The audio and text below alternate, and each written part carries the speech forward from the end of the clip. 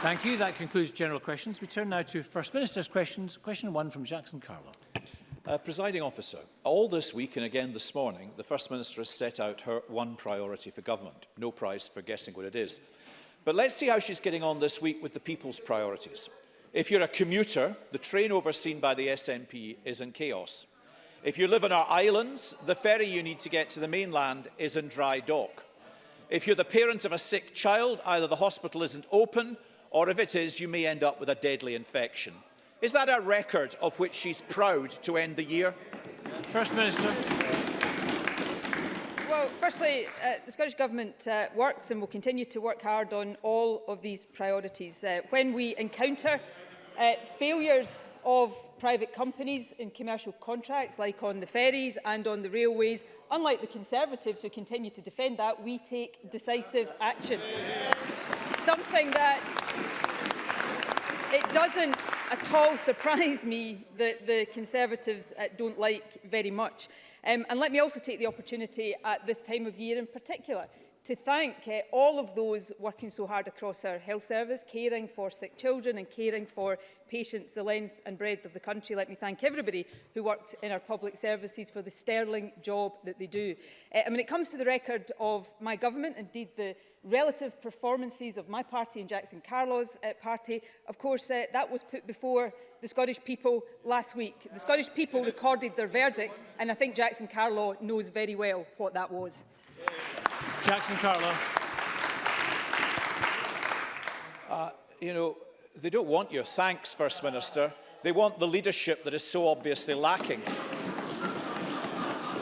And if your government is so decisive, answer me this. To date, during the course of 2019, what is the Scottish Government's detailed record on meeting its NHS waiting time targets? First Minister. Well, let me quote Audit Scotland that said on 7 of the 8 waiting times targets, more people were being seen within those targets than had been the case in the previous year, because we are investing in the health service to build the capacity that is needed to address rising demand. So in terms of what this government is doing, and it stands in stark contrast to the performance of Conservatives south of the border, indeed in contrast to the performance of Wales, Labour in Wales. We have record investment in our National Health Service. We have a record number of people working in our National Health Service. And because we didn't do what the Conservatives wanted us to do in the last budget, and indeed in the budget before that, and hand tax cuts to the richest people in our society, we've been able to avoid a further £500 million cut in our public services budget that would have been imposed on us on top of the other cuts the Tories have imposed on Scotland's budget. Jackson Carlow. Well, First Minister, here's the current score. The 12-week treatment time guarantee missed and never met. The 18-week referral to treatment missed. The 6-week wait for diagnostics missed. The 18-week wait for psychological treatment missed. The 18-week mental health target missed. The 62-day target for cancer treatment missed. The 4-week wait for musculoskeletal treatment missed. The chronic pain target missed.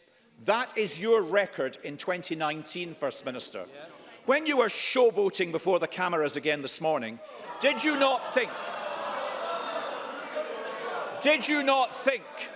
that the thousands of patients who have been let down by your government should have been due your apology? First Minister.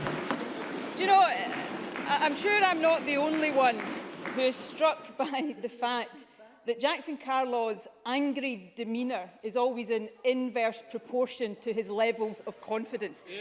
But let me remind Jackson Carlow on the issue of health service performance. This government has an £850 million waiting times improvement programme, which is delivering improvements and making progress. But for Jackson Carlow, the leader, is what he calls himself, of the Scottish Conservative Party, to stand up in this chamber the week after, under the Conservatives in England, the worst waiting times on record were recorded, is frankly a bit rich. It is this government in Scotland that is investing record sums in spite of Tory austerity. It is this government that is supporting a record number of workers across our National Health Service, and we will continue to do that. standing up against Tory austerity. That's why the record and the performance of this government was endorsed by the people of Scotland just a few days ago. Jackson Carlaw. First Minister, you can run from your record of missed targets, but you can't hide from it. As we enter 2020, we've seen PISA figures show science and maths performance at record lows. Violent crime going up for the 4th year in a row. NHS Greater Glasgow suing the construction firm which built our largest hospital, commissioned by Nicola Sturgeon. And embarrassing failures in public transport on sea and rail. Some might even say that it is unarguable that every public service in the care of this SNP government ends 2019 in a worse state than when the year began. Surely in 2020, fixing this should be the priority of any government worthy of the name. First Minister. These are my priorities day in and day out, and I don't run from the record of my government. I put that record before the Scottish people in an election last week. And let me remind Jackson Carlaw what happened. The SNP won that election comprehensively and the Tories lost it just as comprehensively. All these tired lines were rejected by the electorate just last week, which is why in 2020 I'll get on with the job of improving our public services, of making sure that Scotland's public services continue to perform better than they do under the Tories in England and under Labour and Wales. By contrast, I'm going to predict, Presiding Officer, that the Tories will probably spend at least part of 2020 electing a new leader. Question number 2, Richard Leonard. Thank you, Presiding Officer, and can I refer members to my register of interests? On the 22nd of May, speaking about the future of Scottish renewables and of the 3 bifab yards in Scotland, the First Minister told me and this Parliament that, and I quote, "I fully support the trade unions in their campaign to bring contracts and jobs to Scottish yards." So why do we learn today that more contracts and more jobs are going to the Far East? First Minister. I stand by what I said about Bifab and about other companies competing for this kind of work in Scotland. I would gently remind Richard Leonard, if it wasn't for the action this government took, there would be no Bifab in Scotland. It would already have closed. It's just a matter of weeks since Bifab did win a contract, and we will continue to work with companies and with trade unions to make sure that more of the work from the development of renewables in Scotland goes to the excellent Scottish supply chain. And I would actually hope that is an issue on which we would get the support of Scottish Labour, and I hope to continue to get that from Richard Leonard and his colleagues. Richard Leonard. Well, this is about jobs. Jobs for the NNG offshore contract are going to Indonesia. If this morning's reports are correct, jobs for the Sea Green offshore contract are going to China. Fabrication yards in Scotland are underutilised and skills are lying idle. Yet we know that less than 15% of the work on the NNG contract is going to the Scottish yards. This is not half a loaf, it's crumbs from the table. And even at that, these workers are being hired and fired on short-term casual contracts. In fact, workers at Arnish Point are being paid off tomorrow, just days before Christmas. Meanwhile, CS Wind in Machrihanish is also serving its workers with P45s. A decade ago, Alex Salmond promised that renewables would create so many jobs that we would become the Saudi Arabia of marine power. He predicted that there would be 130,000 jobs from offshore power generation. 10 years on, can the First Minister tell the workers at Arnish Point, at CS Wind and at those yards in Fife how many jobs there really are? First Minister. Can I say to Richard Leonard, I do genuinely appreciate his interest in these matters, but can I point out to Richard Leonard that many of the powers that influence this over energy, over employment law, for example, remain reserved to the United Kingdom government. So when Labour continues to have its period of reflection and considers again, in a very welcome way, its position on independence, perhaps these are all points that Richard Leonard and his colleagues would care to bear in mind. On the issue about the yards, I would say to those in BIFAB that there would not be a BIFAB right now but for the investment that this government has made to secure its future, and we will continue to do that. We'll host the second summit for the offshore wind sector in Edinburgh in January, and we will continue to maximise the potential of that sector. We've got a good record in supporting the offshore wind industry, and we'll continue to do that, but our hand in that would be considerably strengthened if we had Scottish Labour's support in getting all the powers into the hands of this Parliament. So I hope in 2020 that's a position that Scottish Labour will belatedly support. Richard Leonard.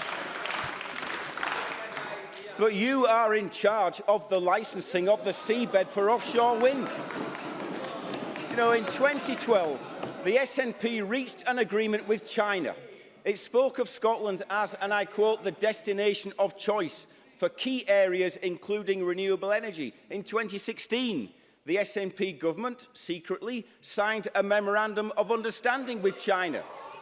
But it seems that under this government, the destination of choice for renewable energy jobs is not Scotland, it is China.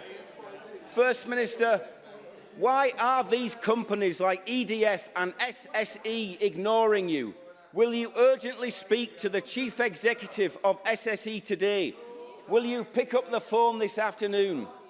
And will you finally understand that we don't simply need more summits, we need an industrial strategy, we need a plan for jobs, that this is just too important to be left to the market? First Minister. I know Richard Leonard's had a really difficult week, but that is really desperate stuff. And can I suggest to Richard Leonard that over the Christmas break he maybe does a bit more homework on some of this. Maybe he looks at who controls the contract for difference process, that who continues to control the regulatory framework about these issues. And if he comes back from that and actually supports the devolution of these powers, then perhaps we can have a more constructive conversation. He asked me about talking to the Chief Executive of SSE. It's the work I did with SSE and other companies that made sure BIFAB didn't close a couple of years ago. We will continue to support BIFAB. We will continue to support all of these companies. And as on so many other issues, Richard Leonard cannot get away with simply willing the ends. He also has to will the means for this Scottish Government. And when he does that, perhaps, just perhaps, a few more people across Scotland might take him and his sorry party seriously.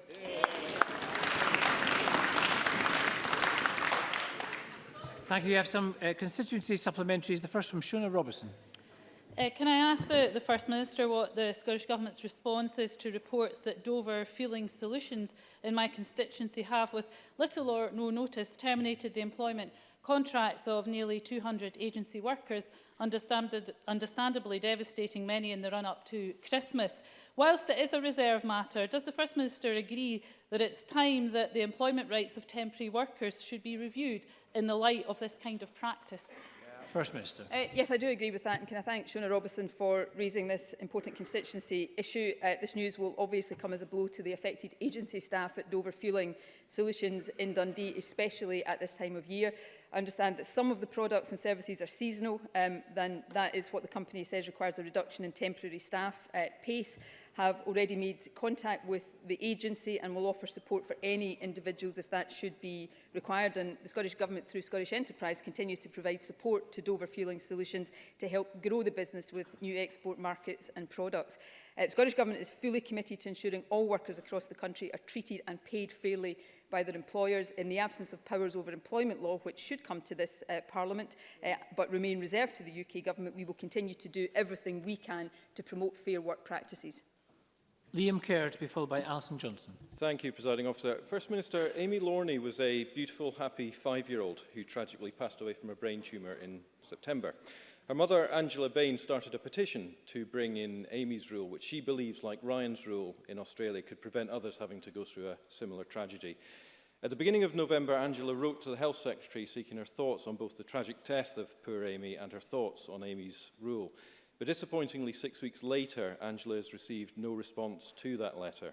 So will the First Minister please ask the Health Secretary to respond to Angela's letter and perhaps give us some sense she's being listened to as she faces her first Christmas without brave Amy? First Minister. Well, can I firstly convey my sincere condolences to Amy's family. It is indeed a tragic case, and I'm sure the thoughts of all of us are with their families. They face their first Christmas without her. I will absolutely make sure that I'm sure the letter is being given full consideration, but I give an assurance that it will be given full consideration and a reply sent as soon as possible. But we will take very seriously and give proper consideration to the suggestions that are being made, and I'll ask the Health Secretary to correspond with Liam Kerr once we've had the opportunity to conclude that consideration. Alison Johnson, to be followed by Jenny Mara. Thank you. We're in the midst of a climate emergency, and the First Minister has ambitions to decarbonise aviation and for carbon capture and storage, but simple common sense measures are still overlooked as your government's looming failure to have even 10% of bike journeys by 2020 realised. But it's hard to cycle, of course, if you've got nowhere to store your bike. People who want to install a simple bike shed in a front garden must apply for planning permission at a cost of over £200. So will the First Minister act now to make bike storage simple and affordable? First Minister. Well, I'm always happy to consider suggestions of that nature. Of course, planning decisions are for local authorities. They are not for the Scottish Government to take nationally. But I do agree that it's important we do, and I don't mean this pejoratively, but it's important we do the small things as well as the big things to help us deal with the climate emergency. We are investing in active travel. A couple of years ago, we doubled the budget for active travel. So I certainly, in the spirit in which I'm sure the question was asked, I will take away that suggestion and come back to Alison Johnson as soon as possible. And Jenny Mara. Presiding Officer, we know that Scottish life expectancy is falling under this government. Last week, the National Records of Scotland said that the fastest falling life expectancy for men in the country is in the city of Dundee. This very sad and disgraceful fact cannot be separated from the Scottish drugs crisis and the tragic suicide rate. But I also believe that the lack of economic opportunities has a longer-term impact on our citizens' physical and mental health. Can I ask the First Minister what special measures she is putting in place to look at the Dundee economy and opportunities for our citizens? And I ask her again, what is she doing about the drugs crisis? Because I can tell her, as the weeks and months go by, it is not getting any better. First Minister. Well, firstly, can I say there have been, not just in Scotland, but across the UK and the wider world, welcome improvements in life expectancy over recent years. We start to see evidence of some stalling in that, not just in Scotland, but across the UK, Europe and the wider world as well.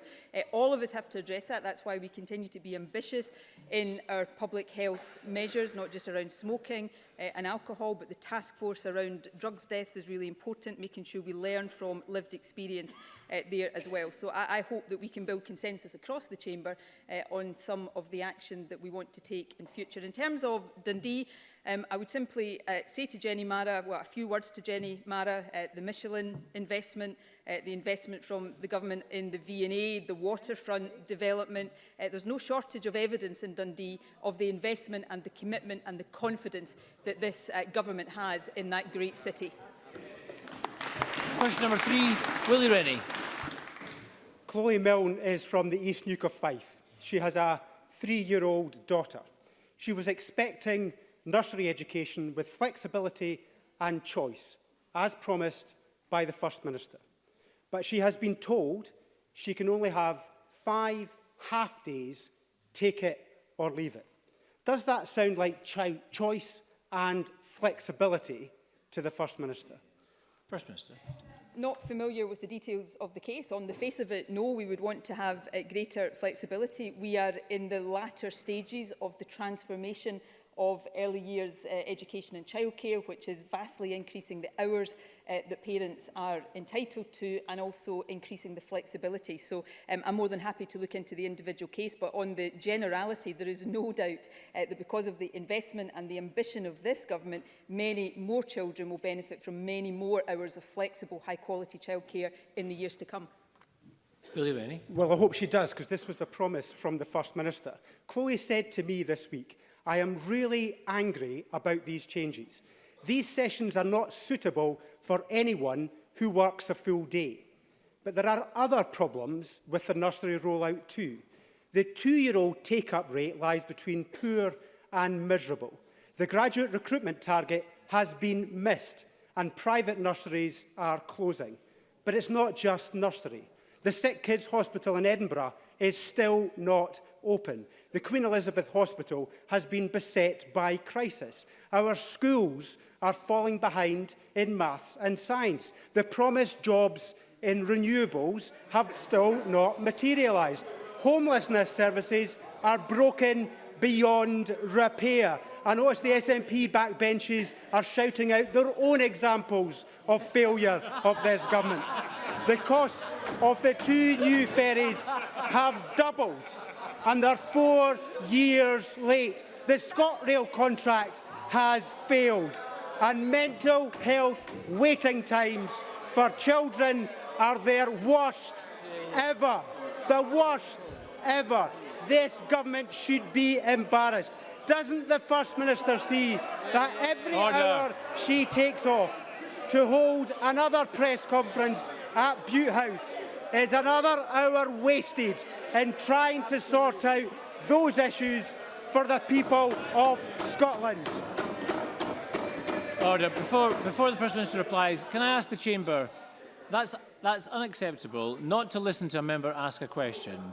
Mr Swinney. Mr Swinney. That was just barracking a member. Now, can I please ask members to listen to a member make their question, and we'll listen to the First Minister make a response. Officer, I can't help feeling for the opposition parties this week. Their frustration is absolutely palpable. And not for the first time, Willie Rennie just appears to have borrowed Jackson Carlott's question. As I said the other day, maybe they should just merge and be done with it. Let me look at the individual issues that were raised by Willie Rennie. So, early learning and childcare, he talked about graduate numbers and staffing. The number of staff working in funded ELC has increased, and we see more children getting access to more hours of early learning and childcare as we go from the doubling from 600 hours to 1,140 hours, which of course will take full effect next year. That is good news, which is probably why the Liberal Democrats don't really like it. On the health service, we're investing record sums in the health service. We're ensuring record numbers of staff working in our health service, and we will continue to deliver the improvements in waiting times under the Waiting Times Improvement Programme. On education and the PISA results, of course, we've seen the vast improvement in reading performance, and we're now going to ensure that on maths and science as well. We see increasing numbers of teachers in our schools, and of course we continue to invest in making sure that we're raising attainment and closing the attainment gap. So we will continue on all of these things to get on with the job of building a better, fairer, more prosperous Scotland, and that is what the opposition don't really like. Some further supplementaries. The first from David Stewart. Presiding Officer, the First Minister will be well aware from reports in yesterday's Times that only a quarter of Scotland's schools have sprinklers installed to slow down fires. According to Scottish Fire and Rescue Service, 66 primary and secondary schools face a high risk of fire. New schools, of course, require sprinklers, but will the First Minister arrange an urgent New Year's meeting with local authorities to identify high-risk older schools to retrofit sprinklers to protect our pupils, our teachers and our staff? First Minister. Well, can I thank David Stewart for raising an important issue. I'll ask the Deputy First Minister to respond in detail, including on the suggestion of a meeting in the new year. But of course, it is the responsibility of local authorities who are responsible for the school estate, working with the Scottish Fire and Rescue Service to make sure that there are fire safety plans in place for our schools, as indeed for other public buildings. This government is investing and has invested heavily in the fabric of the school estate. We see the number of new and refurbished buildings across the country and the percentage of young people learning in good, fit for purpose, state-of-the-art buildings increasing, and that is an investment that we are determined to continue. Thank you. Kenneth Gibson to be followed by Andy Whiteman. Thank you, Presiding Officer. The festive season is a difficult time of year for people who are homeless, struggling on low incomes, and who may even have to seek the assistance of food banks. First Minister, to what extent have such problems been exacerbated by the heartless UK Tory government, which has impoverished so many, not least through its ideologically driven welfare reform policies? First Minister. Well, I think everybody, with the possible exception of the Scottish Conservatives, accepts the link between welfare cuts and the rise in poverty and in homelessness. And we know from expert opinion during the general election campaign that the Tories' manifesto is likely to lead to a rise in child poverty, taking it to historically high levels. So that is unacceptable. It is something that I think deeply shames the Conservative Party, and I hope that the new government, I don't have high expectations, but I hope the new government takes action to address that as a matter of urgency. This government will continue to take our responsibilities seriously on homelessness. We are investing heavily in helping those who are homeless or rough sleeping, but also changing the way we provide those services. So Housing First is a key plank of what we are doing to try to make sure that people have access to housing, but also the support they need to sustain tenancies. And we'll continue to, of course, mitigate as far as we can Tory welfare cuts and use our own welfare powers to lift those in poverty out of poverty. So we will do everything we can, but I hope we see a very urgent change of attitude and response from the United Kingdom government. Andy Whiteman to be followed by Daniel Johnson. A month ago, the First Minister told my colleague Alison Johnson, and I quote, "We will continue to take the right steps to protect wildlife, and will do that without fear or favour with regard to any vested interest." Presiding Officer, we've waited over 2 years for the Werrity review. Is the First Minister surprised that, having appointed 2 representatives of the grouse shooting lobby to a review of grouse shooting, that they have used their effective veto to sabotage what would otherwise be a clear recommendation to licence grouse shooting now? First Minister. Well, the Werrity review has been published now, and all members can look to see the recommendation. The central recommendation around the timescale for moving to greater regulation was not a unanimous recommendation. Andy Whiteman is right to point to that. That is one of the reasons the government will take time now to consider that recommendation, and I want to be very clear that part of that consideration will be looking at whether we move to regulation on a much quicker time frame, and we will take the views of stakeholders before coming to a final view on that. The option of a licensing scheme absolutely needs to be considered, and if that is the view of stakeholders, and if we consider that necessary, and as I say, it is a serious consideration, we will certainly move to implement that earlier than the 5-year time frame suggested by the review group. Daniel Johnson. Scotland published a Section 22 report into the issues surrounding the delayed opening of the new Sick Kids Hospital in Edinburgh. It drew explicit and clear comparison with the issues with Edinburgh's schools that led to the collapsed wall at Oxgangs Primary School that serves my constituency. The Cole report on the Edinburgh schools centred on the issues surrounding the design and build methodology, a methodology that outsources the quality control and detailed design of these critical public buildings. Audit Scotland say the lessons from these issues identified by Cole had not been learned by Lothian Health Board. So given that there are currently a total of 5 capital projects across Scotland currently under construction in the health estate, does the First Minister agree with me that we cannot wait for an inquiry into to learn these lessons, that each of these projects must urgently be reviewed into whether or not they will be safe to open? And does she agree with me that there are fundamental questions about the suitability of design and build when it comes to the building of critical buildings such as schools and hospitals? Because as one professional put it to me, design and build is fine if you're building supermarkets. It's not good enough if you're building hospitals and schools. First Minister. Well, I do generally agree with the member's comments, and let me make 2 points. One which is more immediate term, and one which is, of course, slightly longer term in terms of looking at some fundamental questions. We have given a commitment, I'm sure Daniel Johnson is aware of it, to establish a new national centre on infrastructure expertise, and that has absolute relevance to ongoing projects, because I do think we need to make sure we're learning lessons as we go and not simply waiting for a public inquiry. That said, the public inquiry is very important. It is an opportunity to look at some of these fundamental questions, and indeed the Audit Scotland Section 22 report that Daniel Johnson referred to, published yesterday, itself sets out areas that the public inquiry might want to consider, including clarity of guidance, contractual implications, and the role and the effectiveness of oversight and scrutiny. So yes, we need to make sure that lessons that need to be learned now are being learned, and that these are relevant to ongoing projects, but that we make sure some of these longer term questions are properly considered. And I think the approach the government is taking is designed to do both of these things. And Claudia Beamish. Thank you, Presiding Officer. Further to Andy Whiteman's question on the Werity report, long awaited, and recognising the complexity of the issue and the need for sustainable development for rural Scotland, let's all recall that a fifth of Scotland is driven grouse moors, and Scottish Labour is very disappointed that the report recommends a 5-year delay before consideration of licensing in the climate emergency and biodiversity emergency. Does the First Minister agree that the time to consult on the following is now: licensing, the possibility of a ban of burning of deep peat with appropriate exemptions as one of a range of options, outlawing of types of snares and the mass mountain hare cull, and a range of other issues, now, not 5 years? Thank you. First Minister.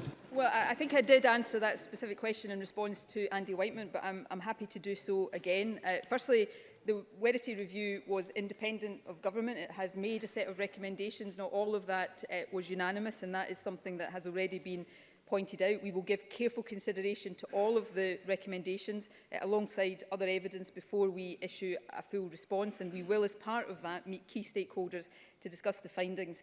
But on the issue of licensing, I think I said very clearly to Andy Whiteman that part of our consideration will be the possibility of moving to a licensing scheme much earlier than the 5-year time frame that was suggested by the review group. So everybody who has an interest in this, we would welcome their input, and of course we will issue a response to the Werity recommendations as soon as we are able to do that.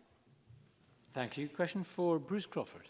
Thank you, Presiding Officer. To ask the First Minister when the Scottish Government expects to publish its budget. First Minister. Well, we're focused on introducing a Scottish budget for 2020-21 at the earliest practical opportunity, and we're working closely with the Finance and Constitution Committee and the Scottish Fiscal Commission to determine the best approach in the circumstances we face. Without the UK budget, though, we do not have clarity on the funding available for public services in Scotland, and this unnecessary delay has wide knock-on effects, including for Scotland's local councils, health boards and third sector. We will continue to engage with the Parliament, local government, trade unions and others on this process, but we do need the UK Government to announce its budget date and publish its budget as soon as possible, and I very much hope that is what happens. Bruce Crawford. I thank the First Minister for answer. Since the election of the Johnson Government, has the Scottish Government been given any hard information on the date of the UK budget for the financial year 2021? I'm aware of speculation that the UK budget could be set as late as February or even March. If this speculation proves to be accurate, does the First Minister agree with me that a UK budget at such a late stage shows either a fundamental misunderstanding of the serious problems this creates for devolved Parliament, or a total disrespect and disregard for the consequences of the impact on vital public services, and in particular the setting of local council budgets? First Minister. In truth, I think it's a combination of all of these things: misunderstanding, disrespect and disregard. But the most important thing from the government's perspective is it makes it impossible for us to put forward and pass a budget through this Parliament. People assume that the budget was delayed because of the election. Of course, if we remember back, the government had cancelled the budget before the election was called. So, you know, there you've got that misunderstanding, disregard, disrespect, call it what you want. Since the new government was elected last week, we've not yet had confirmation of the budget date. There has been, as Bruce Crawford said, speculation that it won't be until March, which would be completely unacceptable. The Finance Secretary wrote to the Treasury in this matter in early November, but still hasn't had a reply. I certainly welcome Bruce Crawford's recent letter to the Treasury in his capacity as convener of the Finance and Constitution Committee. The Treasury really should be in no doubt about the seriousness of this matter, and I look forward to dialogue and meaningful progress. And I hope party differences and party politics aside, this whole Parliament will unite in making clear to the Treasury how important it is that we have a date set as soon as possible, and that that date is as early as possible, in order that this Parliament can get on with its vital task of setting a budget. Order Fraser. Thank you, Presiding Officer. I'm sure the First Minister would acknowledge that there would be no point proceeding with the UK budget in advance of the general election, and the general election that she and her party called for meant that the budget could not be brought forward at that time. But would she also accept that the Conservative victory in the general election means that the Conservative manifesto pledge of billions extra in Barnett consequentials for the Scottish Government will now be delivered upon, in contrast to the SNP manifesto, which the respected Institute for Fiscal Studies said would deliver greater austerity for Scotland than under the Conservatives? First Minister.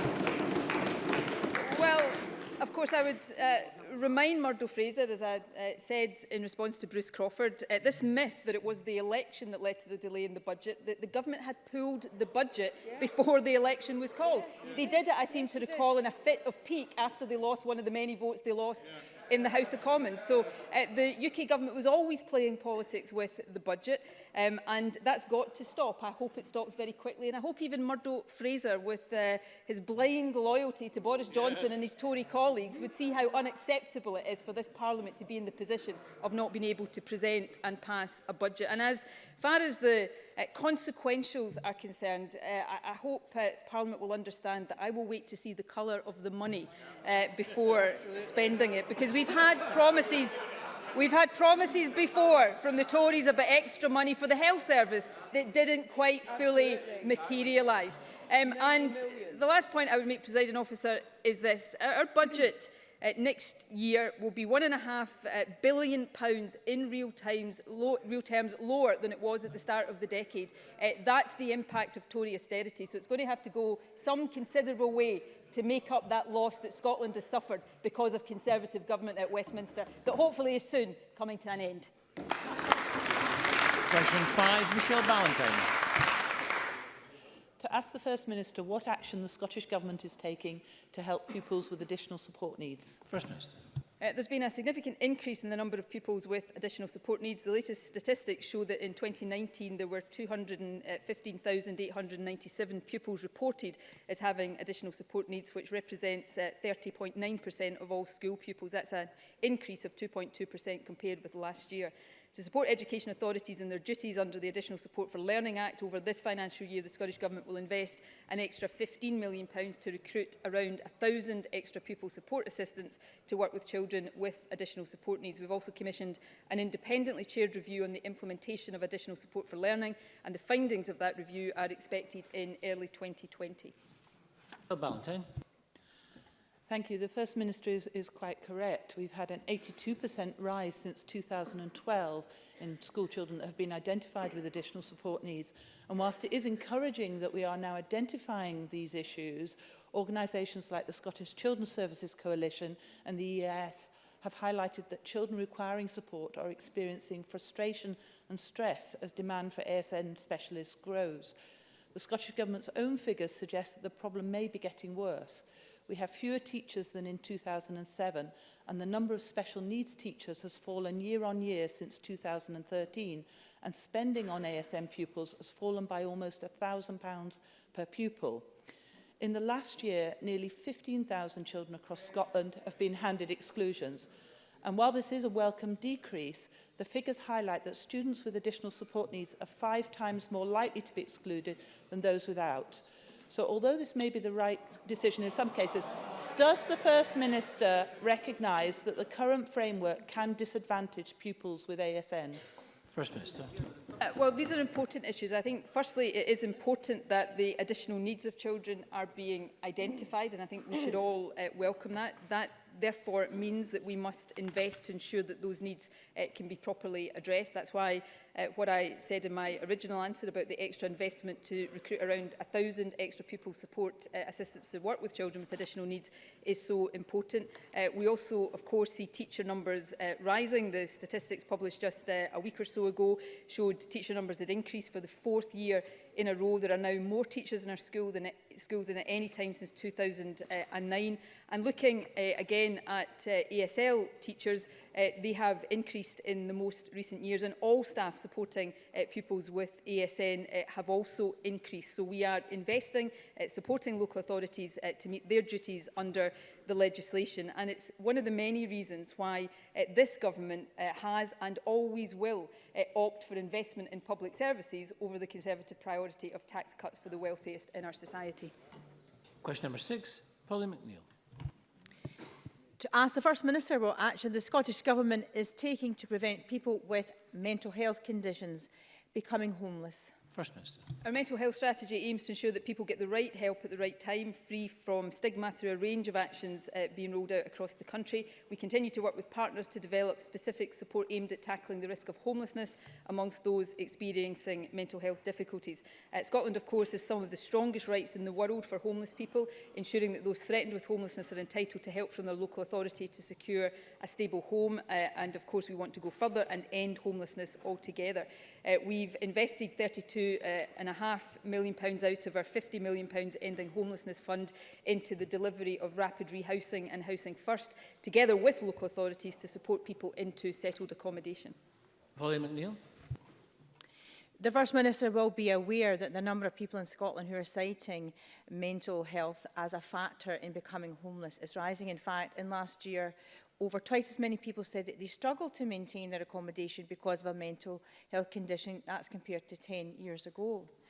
Crisis have suggested that hospitals which see more than 200 homeless patients a year should have a full pathway team, and so that would be a GP, nursing staff and a dedicated housing worker. So to stop, obviously, the decline of that individual, to keep them in their homes first and foremost. Am I right in saying, First Minister, that the Scottish Government has committed to a legal duty to prevent homelessness amongst agencies? If that is the case, I wonder if you could tell Parliament if any progress has been made on that. Are they committed to doing that? And further, to keeping people in their homes, would you also consider a commitment to ensuring no winter evictions in the cold months, so we can ensure that we can keep people in their homes before they lose their tenancies in the first place? First Minister. Well, in terms of things we're committed to, we are committed to taking forward all of the recommendations that came out of the Homelessness and Rough Sleeping Task Force, and I'll ask the Housing Minister to write to Polly McNeill specifically with an update on all of that. In terms of the general response to Polly McNeill, firstly on ending winter evictions, I want us to work to a situation where we're reducing the potential for eviction, not just in the winter, but at all times of year, and we are supporting people to sustain tenancies. That is why the Housing First approach is so important, where Scotland, I think, is leading the UK right now in the investment and the commitment we're showing to that approach. It's about making sure that people who have been homeless or who are at risk of homelessness don't just get stable accommodation, but they also get the range of support services that allow them to sustain that tenancy. So these are all important issues. Polly McNeill mentioned Crisis. Of course, we have worked closely with Crisis and will continue to do so in taking forward all of these different strands of work. And I'd be happy to get an update to Polly McNeill on where progress is at on each and every one of those. Question 7, Edward Mountain. Thank you, Presiding Officer. To ask the First Minister what alternative holiday arrangements have been made for staff from the emergency services who will be working over the Christmas period. First Minister. I am enormously grateful, as I'm sure we all are, for the hard work of all of our emergency service workers at all times of year, but particularly over the festive period, and I thank them and their families for the sacrifices they make to support us to feel safe and well. Emergency workers receive either time off in lieu or an additional payment for working on public holidays. Edward Mountain. And I thank the First Minister for those comments. I agree with her that I believe we should all take time to remember and thank those who work over the Christmas and New Year. They do so we can celebrate this festive time with our families. They are working not only to keep us safe, but also to provide help should we need it. Will the First Minister join with me in thanking again all those who work on our behalf over the festive period? And will she encourage everyone to pause briefly over the Christmas period and remember those from the emergency and armed services who will always be on duty as they have given us their all? First Minister.